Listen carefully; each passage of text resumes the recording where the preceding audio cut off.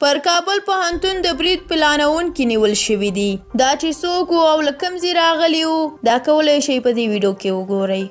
د ولسمشر غني لومړي مرستیال امرالله صالح د هغه کس هویت په اړه معلومات خپاره کړي دي چې په خبره یې د کابل پر پوهنتون وسلوال برید یې پلان کړی و. نوموړی وایي پر پوهنتون د برید پلانونکي عادل نومیږي او د کشفي معلوماتو پر بنسټ د امنیتي ځواکونو له لوري نیول شوی دی.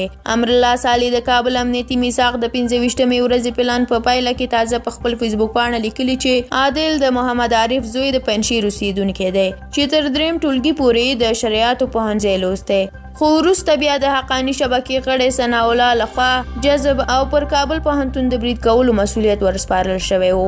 صالح زیاتوي عادل پر کابل پوهنتون د برید کولو په موخه وسلې او مهمات په خوست کې د ثناء الله په لارښوونه له حقاني شبکې ترلاسه کړې وې. د ولسمشر لومړی مرستیال امرالله صالح په فیسبوک پاڼه د لیکنې په دوام کې زیاته کړې چې عادل نومی کس ورته د څېړنو په ترڅ کې ویلي چې پر حکومت د فشار راوړلو په موخه ورته پر کابل پوهنتون د برید کولو مسؤلیت سپارل شوی و ترڅو په دې توګه افغان حکومت بدنامه او د خلکو روحیه وځپي. پر کابل پوهنتون وسلوال برید چې شاوخوا 10 ورځې وړاندې د 3 بریدګرو له لوري ترسره شو چې پکې 22 تنه محصلین ووژل شول او تر 10 زیات پکې ټپیان شول. ډیره مننه درنو لیدونکو چې ویډیو مو تر اخره ولیدله. که د امرالله صالح د دې معلوماتو په اړه نظر لرئ زموږ سره کمنټ کې شریک کړئ. که چیرې غواړئ زموږ نورې ویډیوګانې وګورئ نو زموږ یوټیوب چینل در سره سبسکرایب کړئ. تر بیا د خدای په امان.